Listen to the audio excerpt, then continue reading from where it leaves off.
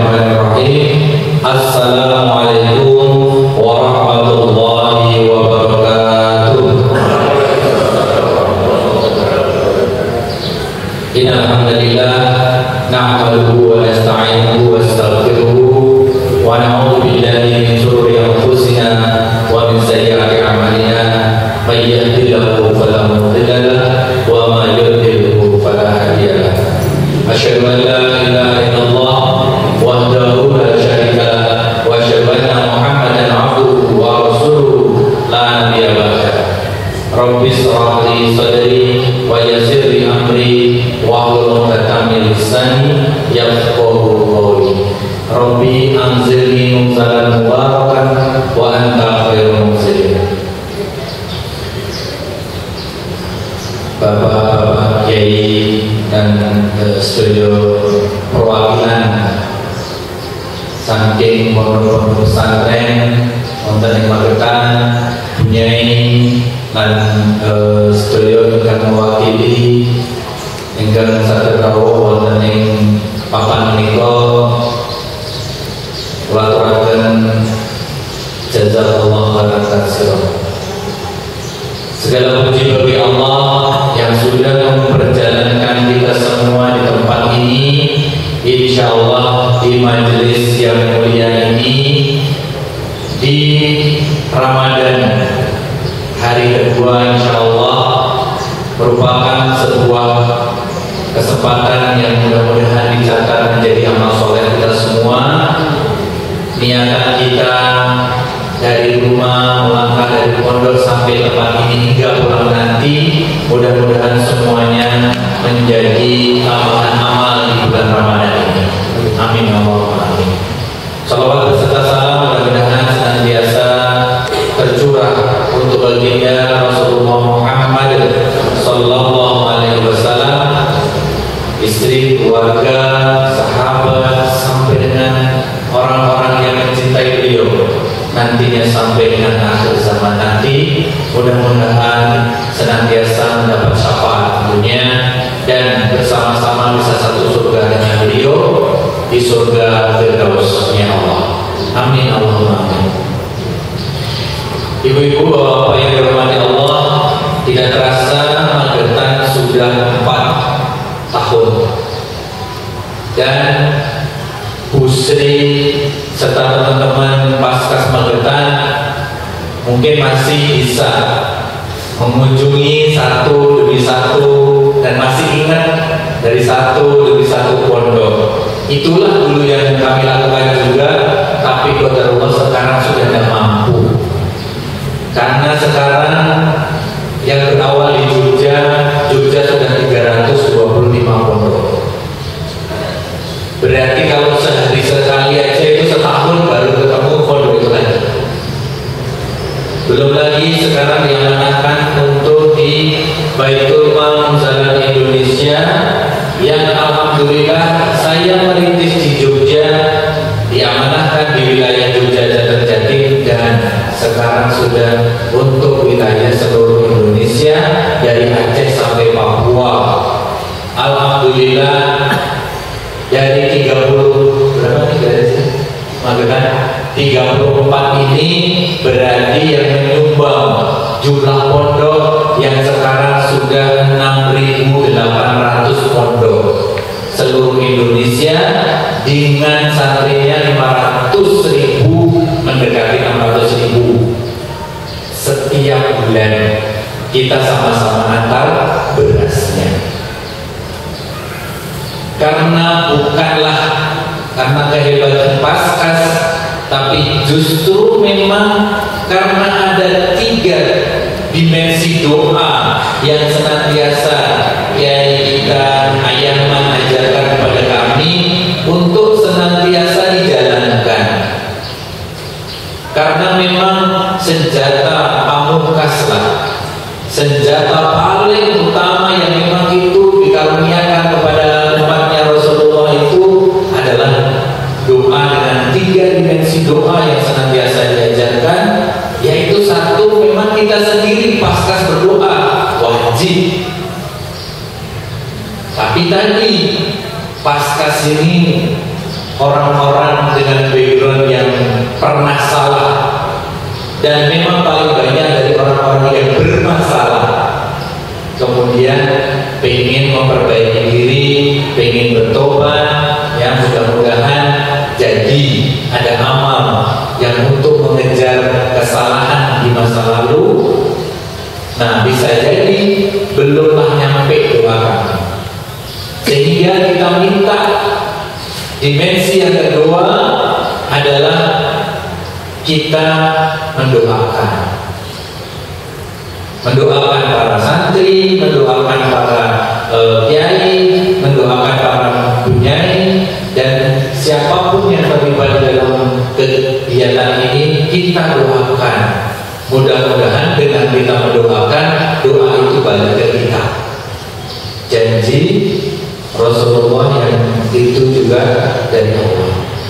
Nah, yang ketiga, tentunya ini yang sering kita diamanahi, kita disampaikan kepada siapa lagi dimensi doa yang ketiga ini. Kalau kita nggak datang ke pondok, apa dimensi yang ketiga? Minta doa. Satu, kita sendiri berdoa. Yang kedua, kita mendoakan.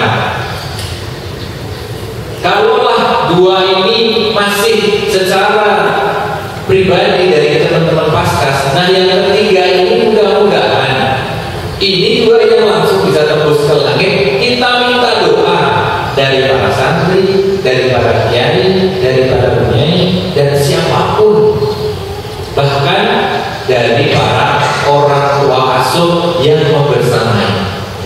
Minta doa. Mudah-mudahan ada 5 hal, 5 doa yang ini mudah-mudahan bisa menjadi satu tujuan kita bersama-sama. Apa doanya? Satu, istiqomah. Diistiqomahkan. Nah, tanda istiqomah apa? Tentunya yang kedua, diwafatkan husnul khotimah. Ini ada true story atau benar-benar kejadian nyata teman kita, saudara kita Paskas di Kerawang kemarin beberapa bulan yang lalu. Beliau sering memang sudah menjadi Paskas ini mengantar beras ke pondok itu hanya dengan istri dan anaknya, karena ngambil jalur yang agak tadi yang Bu Sri sampaikan, jalurnya memang agak ekstrim. Alhamdulillah itu pada saat kemarin itu ada orang baik yang berbakar mobil baru pick up, belum di nyari lah, belum di baru dirayap. Ini baru mau untuk mengantar dana beras. Nah, beliau meminta untuk ya udah biar saya nyari lah kita pakai untuk ngantar beras. Pada saat itu sebetulnya nggak ada tanda-tanda beliau sakit atau apa, enggak. Kurang sekitar 3 pondok beliau merasa sesek. Terus diminta istirahat. Baru belum lama beliau duduk, ternyata langsung terbaring dan meninggal dikala dia masih mengantar beras. Dan ternyata itu yang disampaikan kepada istrinya, kalaulah nanti Allah mengizinkan aku ingin meninggal ketika lagi beramal soleh, lagi ngantar beras, dijawab oleh Allah. Masih muda, anaknya juga masih kecil. Masya Allah, kemarin ayahnya sudah ketemu sama istrinya. Itulah target kedua, adalah bukti istiqomah adalah wafatnya husnul khotimah. Itu bahkan impian dari semua Paskas, karena menjadi pembuktian kepada Allah bahwa sampai di titik akhir kehidupannya memang menjadi wasiat baik. Yang ketiga, doa yang kita minta adalah alam barzahnya indah. Kenapa kita sampaikan ini? Banyak yang menyampaikan adanya alam kubur itu siksa kubur terus yang digaungkan, ditakut-takuti. Alam kubur itu siksa kubur. Bahkan film-film yang ngaku religi di situ filmnya, wow, bagaimana terjadi alam kubur itu siksa semua. Jadi orang nakut-nakuti orang dengan adanya alam kubur. Padahal alam barzah itu ada. Alam barzah yang indah. Alam barzah itu ada DP neraka, ada juga DP surga. Makanya kita minta, kalau itu alam kubur nanti, kita minta DP-nya DP surga, sehingga di situ namanya taman-taman surga. Tentunya orang yang nanti nunggu di alam barzah sampai dengan datangnya kiamat, antara orang yang dikasih DP neraka dengan yang dikasih DP surga, rasanya pasti beda. Bagi orang yang dikasih DP surga, kok cepet banget sudah hari kiamat. Coba yang naudzubillah dan dikasih DP neraka, siksanya panjang sekali. Nah, kita minta sama-sama mudah-mudahan alam barzah kita indah sebagai DP surga. Kemudian yang keempat, kita minta surga terbaik. Bagaimana? Kita minta satu surga dengan Rasulullah. Ketika kita minta doa, berdoa minta satu surga dengan Rasulullah, pasti itu adalah surga terbaik. Ya, dan alhamdulillah Bu Sri kemarin itu menyampaikan agenda acara, Ustaz pengen ada acara begini-begini, belum ada. Alhamdulillah, langsung depan Ka'bah saya baru depan Ka'bah. Ya, Bu terlalu mudah bagi Allah depan mata, ya Allah beresin pekerjaan. Baru nyampe ada lalu kemarin saya. Ya. Alhamdulillah, itu pun hadiah dan tidak tahu pula itu asal saya, nggak ada keluar sepeser pun. Karena ternyata yaitu sudah banyak buktinya bahwa ternyata ketika kita memang fokus ngurus agama Allah terlalu mudah. Saya hanya waktu haji kemarin itu memang sempat doa, ya Allah, kalau Februari itu kayaknya jawabannya ini. Kalau sebelum Ramadan itu kok kalau ziarah ke makam Rasul kok kayaknya enak. Qadarullah, saya masih Pontianak itu hari Selasa diminta untuk ngawal jamaah. Ada satu rombongan yang tidak ada leadernya. Saya diminta ngawal. Itu hari Selasa, hari Jumat saya balik. Saat saya diminta berangkat. Tidak pakai hujan, tidak pakai angin, tidak pakai sebab, langsung diminta untuk berangkat. Dan itulah ternyata ya Allah, doa itu pasti akan Allah kabulkan di waktu terbaik dengan orang-orang baik dan dengan fasilitas terbaik. Masya Allah, pas satu hari sebelum Ramadan sudah sampai di rumah, sehingga saya jadi masih bisa ziarah ke makam orang tua, kepada makam barang berdahulu kami juga. Nah, Bapak Ibu yang dirahmati Allah, kenapa kok judulnya adalah kolaborasi? Kenapa judulnya silaturahmi? Mumpung baru 34 pondok, mumpung masih bisa, kita bisa natap satu-satu. Saya minta dirutinkan dan Sri copy paste apa yang dilakukan di Jogja, dan justru di pusat juga kita copy paste apa yang kita lakukan untuk rutin mengadakan silaturahmi antar pondok. Supaya apa? Sama-sama merasakan, supaya sama-sama bukan hanya paskas yang terlibat dalam masalah ini, dalam kebaikan ini, tapi kita mengajak semuanya. Baik orang tua asuh juga kita sering kumpulkan, baik itu nanti pondok-pondok. Jadi kita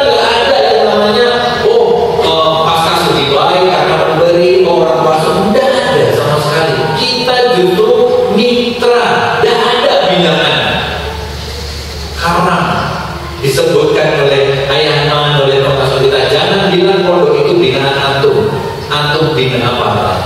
Yang ada kita ini mitra, kita juga minta banyak dari pondok ini, minta doa itu jauh lebih ini. Apa sebab saya mesti bisa masuk pondok, bisa minta langsung doa? Kalau kita dalam pikul beras mau minta apa? Asbabul apa saya bisa juga ketemu silaturahmi dengan bapak, ibu-ibu dan juga pak ibunya ini. Kalau bawa silahnya, maka ketika saya diamanahkan untuk dikembangkan, disebarkan di 78 kabupaten di seluruh Jawa Timur, Jawa Tengah, Jogja, saya cuma bilang samina wa ta'na. Dan itu bukan karya saya, itu adalah karya Allah. Di mana saya bisa ketemu Bu Sri? Tahu-tahu ada yang datang ngobrol, dikenalin sama Kiai Kusnadi. Kalau Pak Bos sudah lama memang saya dulu nyopirin. Kalau ke Jogja, Pak Bos tadi saya yang jemput, yang mau ngantar mana Pak Yai. Nah, itu berawal dari situlah akhirnya kenal baik sampai sekarang. Ternyata sama-sama jadi penggerak masjid. Nah, silaturahim, kolaborasi ini memang kita jadikan wadah, dan alhamdulillah hari ini masjidnya sudah jadi. Masjid ini sudah jadi. Mudah-mudahan juga apapun siapapun yang meletakkan diri badan fisik di masjid ini juga akan nanti masjid ini akan menjadi saksi bahwa kita pernah melakukan kebaikan dari dulu. Ketika dari masjid ini belum jadi, kita sudah ada distribusi apa. Nah, mudah-mudahan kolaborasi apa yang kira-kira pengen kita wujudkan. Tentunya yang pertama adalah kolaborasi doa. Yang kedua, karena kita Baitul Malnya juga sudah menjadi lembaga amil zakat nasional, dan alhamdulillah tahun ini kita mohon doanya dari Bapak Ibu semua, dari Pak Yai, kita diaudit, sedang diaudit. Saya mengajukan audit eksternal, audit yang biasa audit perusahaan-perusahaan dan lembaga-lembaga besar. Karena apa? Alhamdulillah begitu masuk dari lembaga amil zakat nasional, Baitul Mal Jalan Indonesia masuk 10 besar memang di bidang penyaluran untuk ZIS-nya. Berapa yang saya tangani setiap bulan untuk pendistribusian beras untuk Muzalan minimal 10 miliar setiap bulan. Dan tahun 2024 kemarin kita total mendistribusikan di 108 miliar untuk seluruh santri di seluruh Indonesia.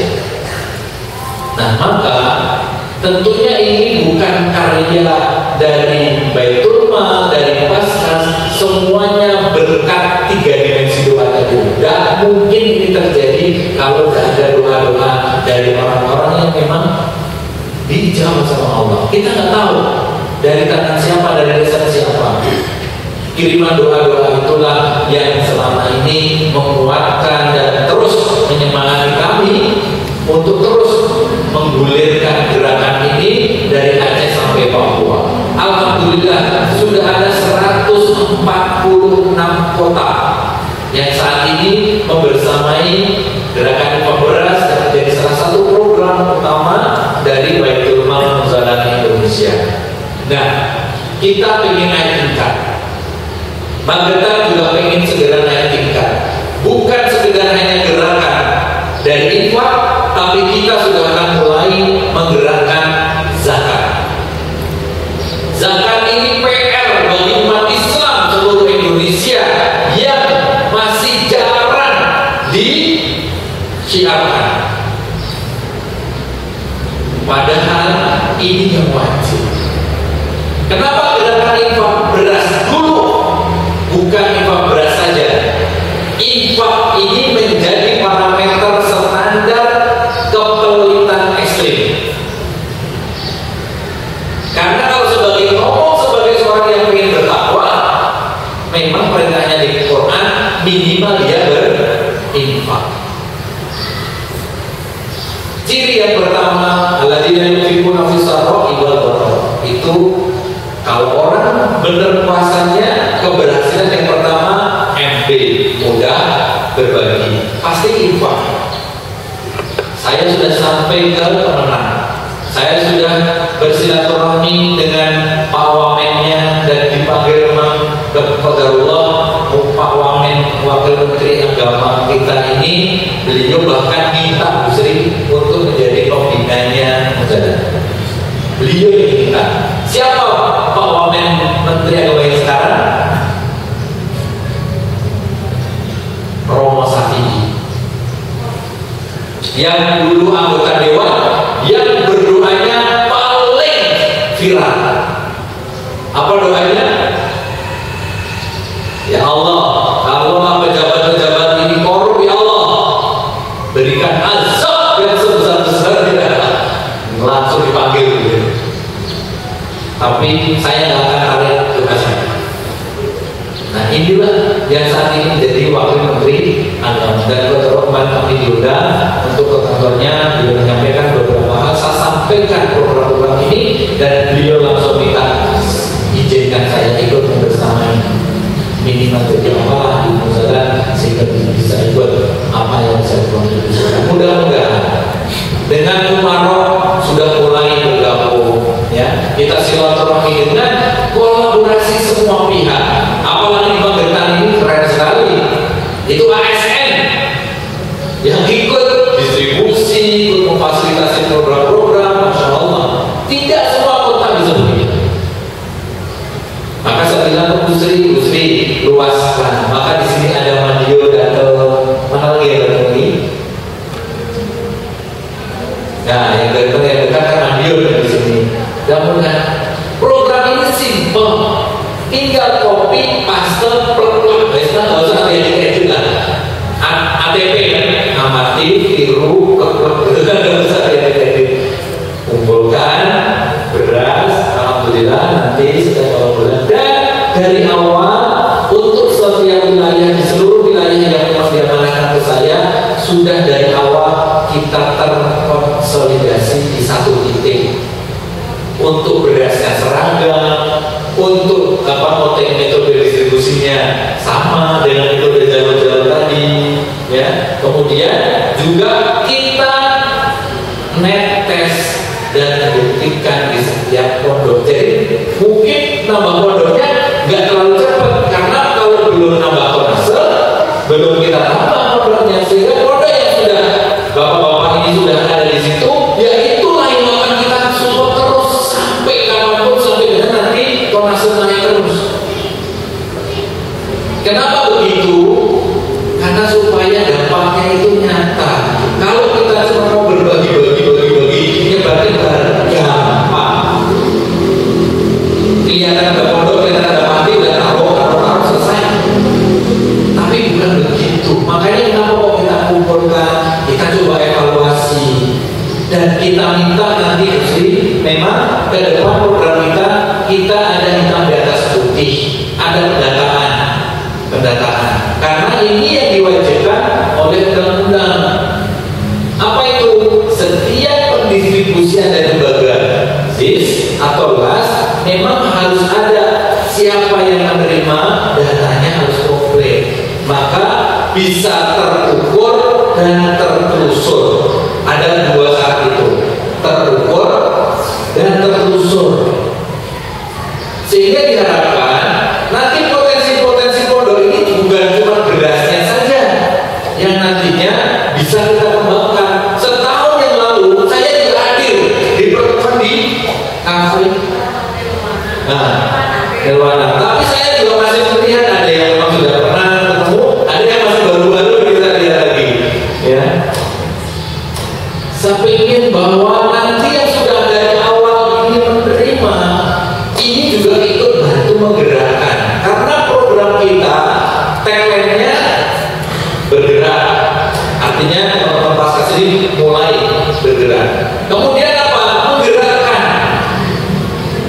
Kalau Pak Yai, Bu Nyai, atau Pak Satid semua punya majelis-majelis, punya masjid-masjid yang di situ juga ada untuk bisa digerakkan untuk ikut ambil bagian dalam program gerakan infak beras dengan senang hati. kita bisa jemput bola, kita juga bisa sampaikan, kita bisa menyampaikan juga kepada jemaah. Nah, itu bagian dari kolaborasi sehingga percepatan menggerakkan ini bisa menghasilkan yang ketiga, bertumbuh bersama. Kalau pondok mikirin pondoknya sendiri sudah wajar, itu hal yang tidak istimewa. Yang istimewa adalah ketika pondok itu memikirkan bagaimana pondok lain juga bisa bertumbuh dan berkembang. Itulah intansurullah yang sungguh wa yusabbit aqdamakum. Allah akan menentukan posisi, naikkan, muliakan pondok-pondok yang memang mau ayo berkontribusi, justru bukan untuk pondok sendiri, tapi bagaimana kita bisa berkontribusi untuk pondok-pondok lain. Munzalah ini juga lagi dibangun di setiap wilayah. Ada namanya kita konsepnya KWP, kawasan wakaf produktif, di mana masjid bukan sekedar fungsinya untuk sholat, di mana masjid fungsinya bukan sekedar hanya untuk ngaji, tapi masjid yang punya kontribusi. Pusatnya Munzalah ini di tengah pemukiman muslim. Masjid Kapal Munzalah ini yang di Pontianak itu muslimnya 3%. Tapi dari situlah justru keinginan dari Kiai Ulama Nusantara ini ingin berkontribusi. Alhamdulillah Allah besarkan bahkan kontribusinya dari Aceh sampai Papua, seluruh Indonesia, bahkan sekarang sudah ada di Malaysia, juga sudah ada di Saudi, ada di Mesir juga ada. Ya, jadi bukan di mana tempat itu masjid berada, tapi masjid ini mestinya adalah orang-orangnya yang mau memakmurkan dengan 4 pilar. Baitullah sebagai tempat sholatnya, Baitul Quran sebagai tempat untuk pembelajarannya, Baitul Mal sebagai tempat pengelolaan zizwah, zakat, infak, wakaf, dan Baitul Muamalah, masjid yang punya perusahaan, masjid yang punya hotel, masjid yang punya homestay, masjid yang punya pertanian, masjid yang punya perkebunan, masjid yang punya unit-unit usaha penopang pergerakan masjid itu. Nah, ini kita lagi belajar bersama. Munzalah alhamdulillah membersamai sekitar 2.000 masjid di seluruh Indonesia yang saat ini sudah muncul masjid-masjid dengan kekinian, anak-anak muda, ya, bahkan sudah ada masjid afiliator. Ada masjid pemuda di Garut, itu mereka dengan online bisnisnya, berbasis online, omsetnya 80 miliar setiap tahunnya. Ya. Nah, itu banyak akhirnya keluar masjid-masjid dengan inovasi-inovasi yang kekinian, menggandeng semua lini, dari orang tua, ramah anak muda, kemudian anak-anak juga bisa ikut ambil bagian dalam memakmurkan masjid. Nah, ini yang kita akan kembangkan. Zakat tadi yang saya sampaikan, insya Allah Magetan kita akan upgrade, bukan sekedar gerakan, tapi kita akan naikkan menjadi kantor layanan daerah, sehingga bisa nanti menjadi penyalur zakat. Karena saat ini potensi zakat yang di Indonesia yang 351 triliun baru terkumpul 41 triliun. Seluruh Indonesia 10%. Sedih sebetulnya. Malah lebih besar yang dikorok daripada potensi yang dijaga dan dikumpulkan. Tapi ibu bapak nggak usah sedih, memang. Sering teman-teman pasca juga nyampaikan curhat ke saya juga, Ustaz, kenapa ya? Oh, itu orang-orang kaya, kok nggak mau ya ikut gerakan infak beras? Kita sudah tawari, dijawab ya, tapi transfer. sambilan gerakan infak beras ini jadi beras. Allah itu kalau jaga beras ini adalah dari uang bersih, maka tidak bakalan. Kalau uang itu subhat, apalagi haram, boro-boro dia akan masuk menjadi donatur infak beras. Bahaya. Allah tahu itu tidak beres nanti ke santri. Pasti dengan segala macam apapun itu gak masuk. Kita alami. Kita dulu saya juga apa ya? Kok orang ini harusnya wajarnya ini uang ada, harta ada, tapi kenapa ya? Bahkan sekedarnya 25.000 per bulan dia keluar. Itulah cara Allah ternyata menjaga beras-beras ini tetap berasal dari uang-uang yang halal. Makanya kenapa kita pantas lah. Ini dua orang lain juga pasti. Kita juga jarang menerima hibah ini teman mau. Apalagi tahu ini asal uangnya dari mana. Kami juga tahu. Tidak bakal akan kita berikan beras. Ada bantuan dari mana. Kalau kita tahu ini tidak bakal dari beras. Pasti kita akan pastikan tempatnya. Memang itu sesuai dengan tempatnya. Karena undang-undang zakat kita juga ada yang bagaimana penyaluran dana-dana ribawi. Itu hanya untuk jalan, untuk WC, dan untuk fasilitas umum. Tidak boleh untuk sesuatu yang dikonsumsi, sesuatu yang masuk menjadi badan, ya, menjadi di daging. Tidak boleh.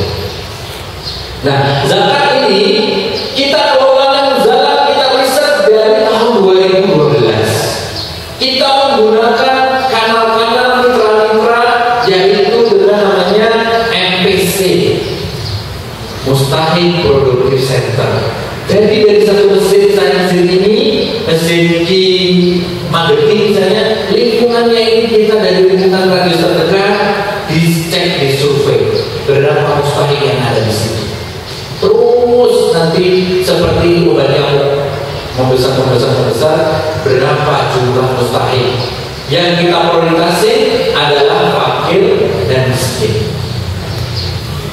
Kita mengambil ibrah dari bagaimana Nabi Yusuf mendistribusikan gandum kepada para saudara-saudaranya.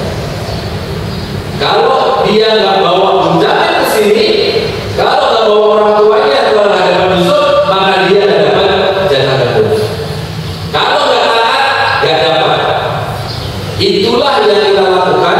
Bagaimana zakat itu didistribusikan, orangnya harus taat dulu.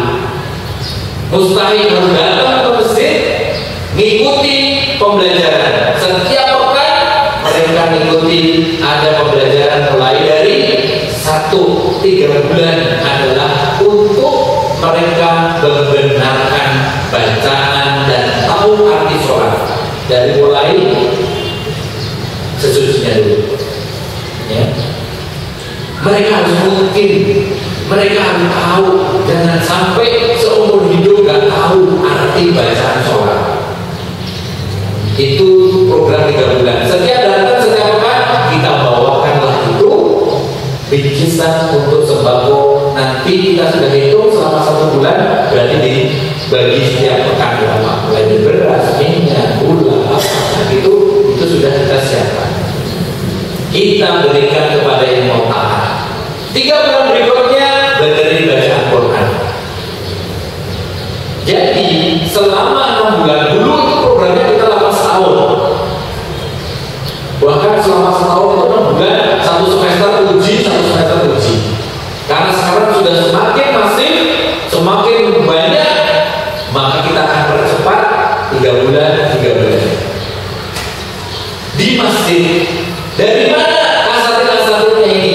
Inilah kami minta tolong kepada para ustaz-ustaz, kiai-kiai, mitra gerakan beras ini, tolong ya siapkan ustaz yang bisa mendampingi para mustahik ini, karena 1 ustaz maksimal 5 yang didampingi supaya intensif. Kalau kelas kita seperti ini, 1 ustaz misalnya 100 ya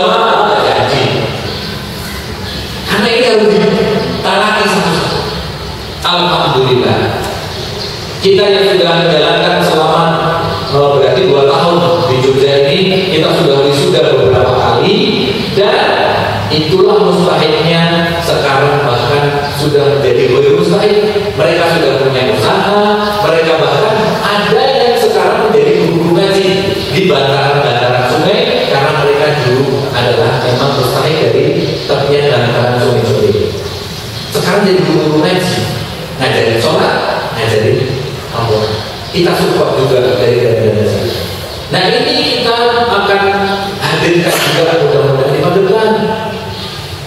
Dana zakat yang terkumpul dari muzaki kita salurkan kepada mustahik yang mau taat. Di mana saja nanti? Tentunya di masjid-masjid mitra-mitra kita juga yang siap menjalankan program kopi paste yang sama. Nah, insya Allah kalaulah di setiap masjid yang ada di Magelang ini menjalankan itu, insya Allah sudah tidak ada lagi nanti mustahik di sekitar masjid. Karena sekarang masih banyak yang kita sedih, masjid saldonya menumpuk-numpuk, sekitar masjid tidak bisa makan, tidak bisa sekolah, itu masih ada. Nah, tugas kita bagaimana menggerakkan zakat diberikan kepada orang yang mau taat, insya Allah akan jauh lebih bermanfaat. Tentunya para muzaki pun lebih akan semangat untuk berzakat ketika memang disalurkannya dengan tepat dan tahu bagaimana mereka kita mengelola zakat itu. Alhamdulillah, pertemuan antara muzaki dengan mustahik pun kita selenggarakan, ada namanya silaturahmi bersama supaya tahu programnya ini kayak apa.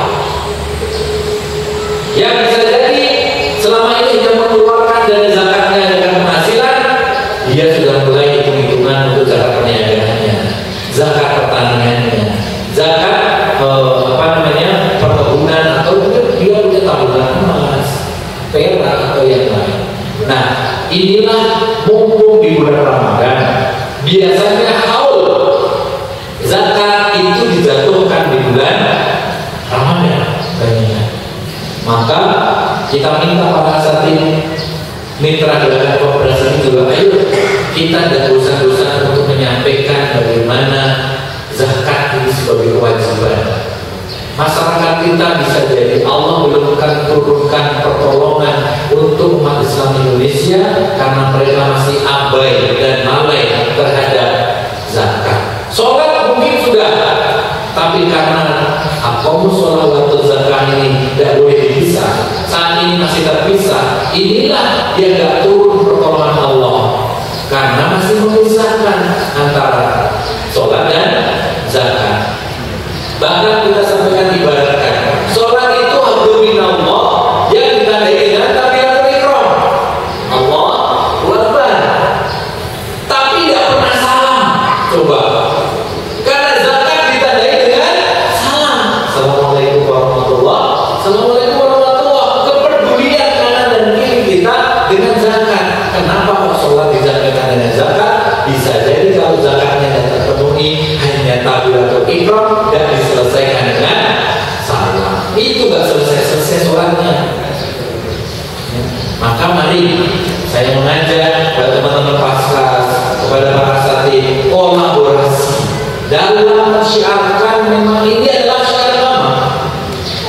Sama-sama. Apalagi tadi saya dengar daerah-daerah Antum, masya Allah. Saya pun belum pernah diajak ke sana, hanya ditunjukin fotonya saja. Apalagi masyarakat durian, itu yang paling menyakitkan. Gak tahu di mana foto gitu kan besar, alhamdulillah kan sampai sini dia duriannya. Bukan orangnya yang ditunjukin, juga duriannya yang ditunjukin. Alhamdulillah. Jadi kita sudah sampai ke pelosok-pelosok ini, perbatasan masih banyak. Di Magelang saya yakin masih banyak. Dan kalau kita sama-sama, insya Allah untuk memenuhi kebutuhan beras di tempat antum terlalu mudah bagi Allah. Itu yang dulu saya kerjakan juga waktu di Jogja itu. Kami mulai dari 2 pondok, dapatnya 300 kilo. Mau gimana ini mau mencukupi di Jogja ini ada 500 pondok yang tersurvei 500. Saat ini dari 2 itu, waktu itu doa ya Allah mudah-mudahan bisa 50 ton ya Allah.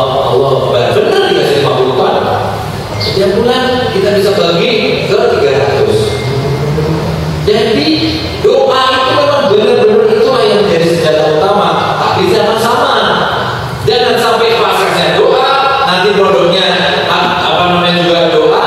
tapi kita nggak ada donatur juga, nggak ketemu juga, ya. Atau nanti modalnya lupa kenceng, paskasnya lupa. Nah, maka semuanya harus kolaborasi.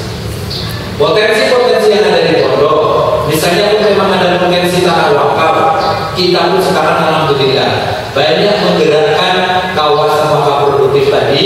Jadi kawasan wakaf produktif yang itu memang produktif, kita tanami untuk produk-produk yang produktif. Saat ini yang kita lagi kerjakan di Bandung. Bandung itu daerah Ciwidey, ya, Pangalengan, kita ketan produktivitas ketan. Alhamdulillah bulan ini nanti panen. Jadi sebelum Lebaran petani ketan bahagia. Ya, karena apa? Kita siapkan semuanya, mereka tenaga saja, hasilnya kita bagi. Kemudian yang di Cangkringan, lereng Merapi ini, kita siapkan di sana ada sayur mayur, bahkan ada melon premium. Tanah-tanah yang enggak dipakai, yang tanah wakaf, kita buka menjadi lahan perkebunan. Nah, alhamdulillah itu juga yang kelola mustahik tadi, sehingga mustahik punya hasil. Nah, inilah nanti bahkan banyak pondok-pondok juga yang sudah mengembangkan supaya menjadi ada kemandirian pondok itu dengan melon, dengan sayur mayur, ya, kemudian juga dengan peternakan. 3 program ini yang kita nanti sama-sama bisa kolaborasikan.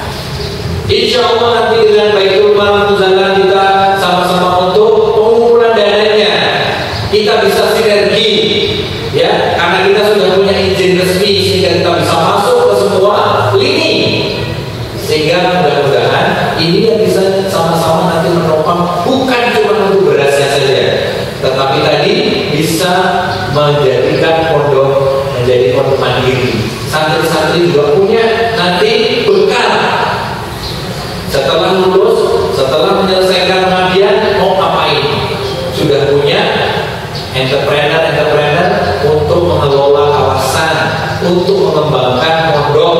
Bahkan jangan sampai lulus bilang malah kerja tempat lain, pondoknya ditinggalkan, lupa pengabdian untuk pondok apa, kontribusi untuk pondok apa. Nah, ini yang sedang kita sampaikan kepada para santri-santri, kepada para ustaz, kepada para kiai. Kita saatnya nanti berkolaborasi, jangan merasa mengelola pondok sendiri. Ayo sama-sama, bareng-bareng. Ini menjadi sebuah kontribusi kita. Santri-santri kalau nggak disadarkan juga nanti lalai. Belajar, selesai, hilang. Lah, ini kan ada dalam berilmu, ada dalam nanti supaya kehidupan mereka jauh lebih berkah. Kalau masih terikat juga dengan pondok, kan begitu harapannya. Itu juga yang diharapkan nanti para kiai akan ada regenerasi. Nah, kalau regenerasinya ini generasi yang inovatif, yang bisa menggerakkan pondok dengan perekonomian, dengan menggerakkan pondok dengan pola pemberdayaan, ini jauh lebih akan mantap. Sehingga orang yang mau berwakaf pun jauh lebih semangat. Pondok ini memang layak untuk menerima wakaf, sehingga wakafnya ini akan bertumbuh, sehingga wakafnya produktif. Sekarang miris, cek nanti di Magelang, data di Kemenang. Saya di Gunung Kidul, di Gunung Kidul itu ada sekitar 1000 masjid. Tanah yang mangkrak dari wakaf itu ada 1 juta hektar. Gimana ceritanya? Kalau tanah-tanah ini pada mangkrak, gak ada yang mengelola, padahal itu hanya dari 1 lembaga aja segitu, gak dikelola. Gimana yang wakaf? Karena tahunya wakaf itu hanya masjid, madrasah, makam. Nah, ini sejak kapan ajaran ini disampaikan kalau wakaf itu hanya itu saja? Nah, kita di generasi sekarang masih inovatif. Tanah wakaf tidak hanya untuk 3M ini, masjid, madrasah, makam, bisa kita kelola. Bahkan tanahnya wakaf dikembangkan dengan dana pemberdayaan zakat atau infak. Justru ini bisa menghasilkan nanti mustahilnya terselamatkan. Kemudian lembaga yang punya pondok misalnya sebagai nadir, dia bisa mendapatkan perputaran income untuk menggerakkan dakwahnya juga.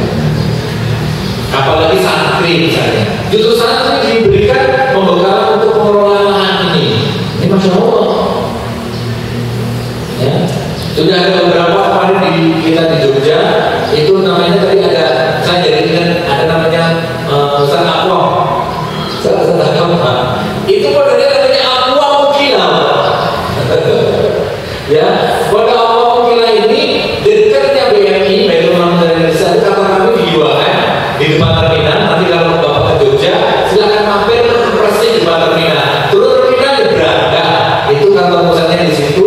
Nah, di depan kantor situ ada pondok pesantren namanya Aqwa Mukilah. Itu pondok pesantren gratis. Sekarang kurang lebih ada 200 santri, semuanya mahasiswa yang dibiasiswain dari si pondok itu. Dan pondok itu menjadi pondok entrepreneur memang. Dari mulai konveksi, pertanian, peternakan, perkebunan, perikanan punya.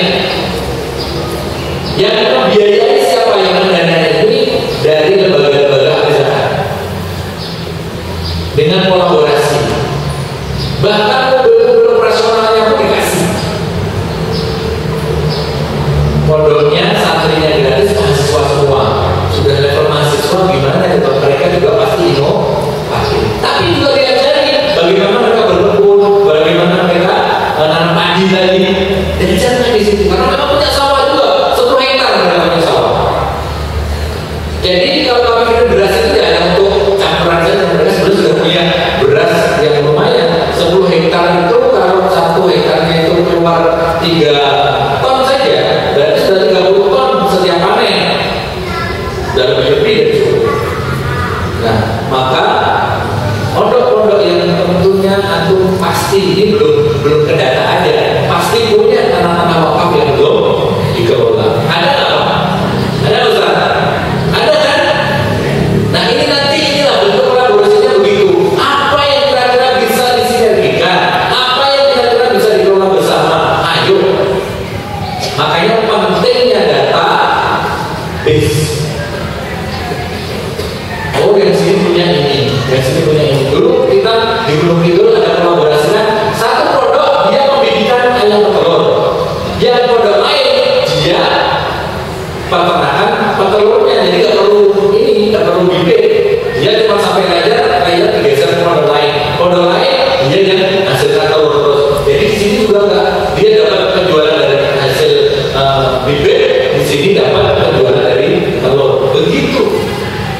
Kita hanya dirijen, pas hasilnya hanya penyambung saja, pas hasilnya hanya sebagai jembatan saja. Oh, di sana ada ini, di sana ada. Nah, ini yang mudah-mudahan di Magetan juga bisa berjalan. Zakat kita akan ambil lagi setelah infak, zakat akan kita naikkan. Ketiga yaitu wakaf. Banyak nanti kawasan kasurata yang kita sedang sekarang di Munzala sudah ada 22 titik di seluruh Indonesia. Di Jogja sudah ada 2, 3 bahkan. Kita lagi di Gunung Kidul, kita masuk di kota wakaf. Di mana di Gunung Kidul? Itu ditetapkan oleh Kemenang RI sebagai kota wakaf. Di mana di setiap wilayah yang ada program wakaf di situ diharapkan menjadi program wakaf produktif. Satu kawasan namanya masjid yang dengan fasilitas tempat tadi. Ada masjidnya, ada tempat Baitul Qur'annya untuk ngajinya, ada tempat Baitul Malnya, dan ada tempat Baitul Amalnya. Yang di Cangkringan kita sudah 1 tahun, mau 2 tahun jalan ini. Itu di ujung tadi desa, di ujung desa. Dulu tempat yang memang nggak ada penghuni, bahkan nggak ada orang, hanya orang-orang bersawah di situ. Sekarang menjadi pusat untuk ngaji di situ. Ada masjid atau surau yang kita siapkan. Pakai dulu model ini, tapi lebih sederhana. ada tempat untuk rumah sehatnya. Jadi bukan rumah sakit, tapi klinik rumah sehat. Untuk apa? Bekam. Jadi teman-teman Paskas dan juga nanti misalnya saat ini kita lagi gerakan untuk santri-santri dikirim untuk pelatihan terapi sehat. Ada bekam, ada totok punggung, ada juga nanti roknya. 3 materinya. Nah, itu untuk dibawa kemana? Untuk disiapkan di kawasan-kawasan tadi, standby untuk masyarakat di situ. Dan juga tentunya nanti bisa mengajarkan lagi ke pondok-pondok. Kemudian apa lagi? Tentang pemberdayaan. Kita punya dalam premium, maka diundanglah santri-santri, diundanglah para pengasuh yang memang mau belajar. Kita siapkan orang yang memang ahli di bidang itu. Kita pembelajaran, pembekalan, dan nanti ada pendampingan ketika memang mau dijalankan di pondok. Kemudian di situ juga ada kita persiapan untuk perikanan kali ya di Sleman itu, karena memang situ kawasan perikanan sampai pembibitan dan punya pemerintah. Makanya kita ada perikanan. Kalau di Gunung Kidul kita siapkan peternakan kambing dan domba. Kawasannya nggak luas, kita minimal itu di 2000 meter persegi itu sudah bisa dari satu kawasan yang terintegrasi seperti itu. Bisa jadi bukan berhektar-hektar, yang perlu berhektar-hektar dulu. Nanti Allah biar yang luaskan. Dan kita sudah siapkan juga di setiap KWP wajib ada dapur umum, ada guest house-nya. Dan alhamdulillah untuk yang di Sleman malah justru sudah jadi homestay. Ada guest kita dan laku terus. Itu kita nyamin kamar kosong. Alhamdulillah banyak toko mebel yang ngantri mengisi untuk marketing mereka. Ini saya dress up, ini saya kulit. Kami minta untuk ikut andil di marketing saja. Kalau ini support baik. Nah, gitu. Ini disupport dari apa namanya? Kalau di Jogja itu di mebel. Ini disupport dari Dewasa Mebel. Jadi kita cari tempat kosong yang isi biar para pengusaha. Jadi kita ini jembatan saja, Bapak. Jangan dipikir bahwa semuanya nanti kita mengelola. Kita hanya menyiapkan saja. Nanti insya Allah akan banyak orang baik di datangan Allah. Nah, ini sebagai gambaran bahwa di tahun 2025 ini Munzalah punya program kolaborasi dengan pondok-pondok mitra, tidak hanya di berasnya saja. Ayo kita sudah mulai melangkah. Nanti Busri dan tim tolong ketika bahwa memang itu ada data-data yang perlu Bapak Ibu lengkapi, silahkan dilengkapi serealnya, sehingga nanti itu akan menjadi catatan database dan insya Allah itu justru akan sangat bermanfaat bagi pondok Bapak Ibu. Supaya apa? Kolaborasinya itu jelas. Oh, potensinya di pondok ini apa? Potensinya di pondok ini apa? Jangan supaya nggak salah nanti dalam kita mendistribusikan. Ada pondok putri di situ kita ada misalnya pun ternyata ada sumbangan dari pakaian pria karena datanya tidak valid, salah kirim. Jadi pondok apa? Jadi nggak bermanfaat. Nah, maka di hari yang istimewa ini saya mohon dengan segala hormat nanti kita coba kita kumpulkan tubuh tengah potensi yang ada, kita data potensi yang ada, dan GIP bukan sekedar hanya mendistribusikan beras, tapi kita menjadi jembatan kebaikan apapun kita fasilitasi bersama-sama. Saya sudah sampaikan ke Busri dan tim, ke pasar-pasar yang lain. Jadi nanti mudah-mudahan mohon doanya ketika KWP Munzalah Magetan ini sudah bisa jadi tempat untuk untuk tempat kumpulnya, ya, inovasi-inovasi untuk pengembangan pondok, kita akan jadikan itu. Baik itu Quran itu bukan cuma membahas tentang ngajinya, tapi bagaimana kita memberikan pelatihan-pelatihan baik soft skill maupun hard skill, supaya nanti yang tidak terjangkau oleh kiai dan penyanyi di pondok bisa kita berikan di kawasan lapangan produktif kita. Bahkan juga kita sudah membuka ini untuk angkatan ketiga yang mulai masuk, yaitu produk multimedia seluruh Indonesia gratis. Kita sudah disupport oleh para guru ini, pada kosmetik, pengusaha kosmetik yang sangat mensupport kegiatan-kegiatan dakwah. Itu satunya dari seluruh Indonesia, dari pondok-pondok mitra yang memang support program-program IIB, sehingga mereka menjadi fotografer, videografer, konten kreator, ya, animator, dan juga mereka padahal artis mereka juga tetap terjaga hafalannya, tetap terjaga adab dan etikanya, kebiasaan-kebiasaan produk kita keluarkan, dan mereka menjadi ahli dakwah di luar mimbar. Ya. Jadi dakwahnya tidak harus di mimbar, tapi mereka ada di belakang layar untuk membuat konten-konten, untuk mendokumentasikan setiap kegiatan-kegiatan, bahkan menaikkan program-program yang ada di pondok. Nah, mudah-mudahan ini juga menjadi salah satu program kolaborasi bersama. Saat ini sudah menjadi kebutuhan kita. Tidak bisa kita meninggalkan media sosial. Kalau justru media sosial diisi dengan hal-hal kemaksiatan, maka mending kita manfaatkan untuk kita syiar program-program kebaikan kita, supaya diketahui semua orang seluruh dunia. Nah, ini dulu yang bisa saya sampaikan.